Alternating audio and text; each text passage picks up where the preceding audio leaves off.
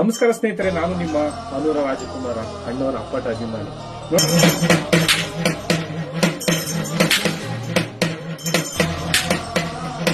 ನೋಡಿ, ಇವರು ಗುರುಮಾರಿ ಅಂದ್ಬಿಟ್ಟು ನಮ್ಮ ಹಳ್ಳಿಗಳ ಸೈಡ್ ಎಲ್ಲ ಬರ್ತಾರೆ.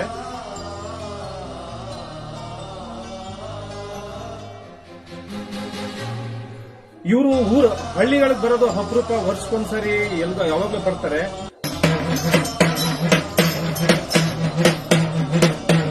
ನೋಡಿ, ಇಂಥ ಜನಕ್ಕೆ ನಾವು ಸಹಾಯ ಮಾಡಬೇಕು. ಇವ್ರು ಏನು ಹಣಕಾಸು ಕೇಳಲ್ಲ.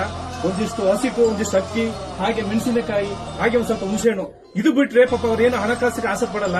ನೀವು ಎಷ್ಟೋ ಜನಕ್ಕೆ ಮಾಟ ಮಂತ್ರ ಮತ್ತಿತರ ಈ ಬುಡ್ಬುಡ್ಕೆಯವರು ಇಂಥವ್ರಿಗೆಲ್ಲ ಹಣ ಕೊಟ್ಟು ಯಾರಿಗೂ ಮೋಸ ಹೋಗ್ಬೇಡಿ. ಪಾಪ ಇಂಥವ್ರಿಗೆ ಒಂದಿಷ್ಟು ಅಕ್ಕಿ, ಒಂದಿಷ್ಟು ಅನ್ನ, ಅವ್ರಿಗೇನು ಹೊಟ್ಟೆಗೆ, ಹಾಗೆ ಅವ್ರ ತಲಾಂತರ ಕಾಲದಿಂದ ಮಾಡ್ಕೊಂಡು ಅದನ್ನ ಕಾಯಕ ಮಾಡ್ಕೊಂಡು ಬರ್ತಾ ಇದ್ದಾರೆ.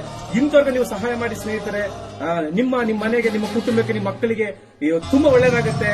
ಎಲ್ಲರಿಗೂ ನಮಸ್ತೆ, ಒಳ್ಳೇದಾಗ್ಲಿ.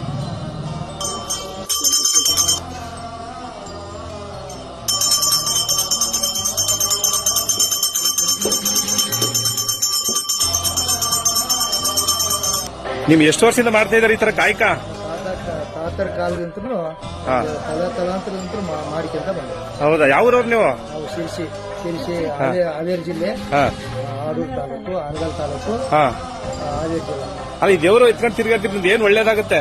ಈಗ ಮಕ್ಕಳಿಗೆ ಊರಾಗ ತಗೊಂಡ್ ಬರೋದಂದ್ರೆ ಗೊಬ್ಬರ, ಸಿಡುಗಳು, ದಡಾರ್ಲ, ಗೆಜ್ಜಿ, ಗಡತಲ, ಹುಣ್ಣು ಊರ್ಕ್ ಬರ್ತಾವಲ್ಲ, ಅದಕ್ಕೆ ಅಮ್ಮ ಊರಾಗ ಬಂದು ಎಲ್ಲ ಊರಲ್ಲೆಲ್ಲ ಶಾಂತಿ, ಊರಿಗೆ ಶಾಂತಿ, ದನಕರಿಗೆ ಕಾಲು ಬೇನೆ, ಬಾಯಿ ಬೇನೆ ಅವೆಲ್ಲ ಬರ್ತಾವಲ್ಲ, ಅವೆಲ್ಲ ಒಳ್ಳೇದಾಗ್ಲಿ ಅಂತೇಳಿ ಅಮ್ಮ ಬರೋದು. ಈ ಕರ್ಕೊಂಡು ಅವಾಗ ಒತ್ಕೊಂಡು ಬರ್ತಿದ್ರು, ಅಡ್ಡೆ ತಗೊಂಡು ತಲೆ ಮೇಲೆ ಒತ್ಕೊಂಡು.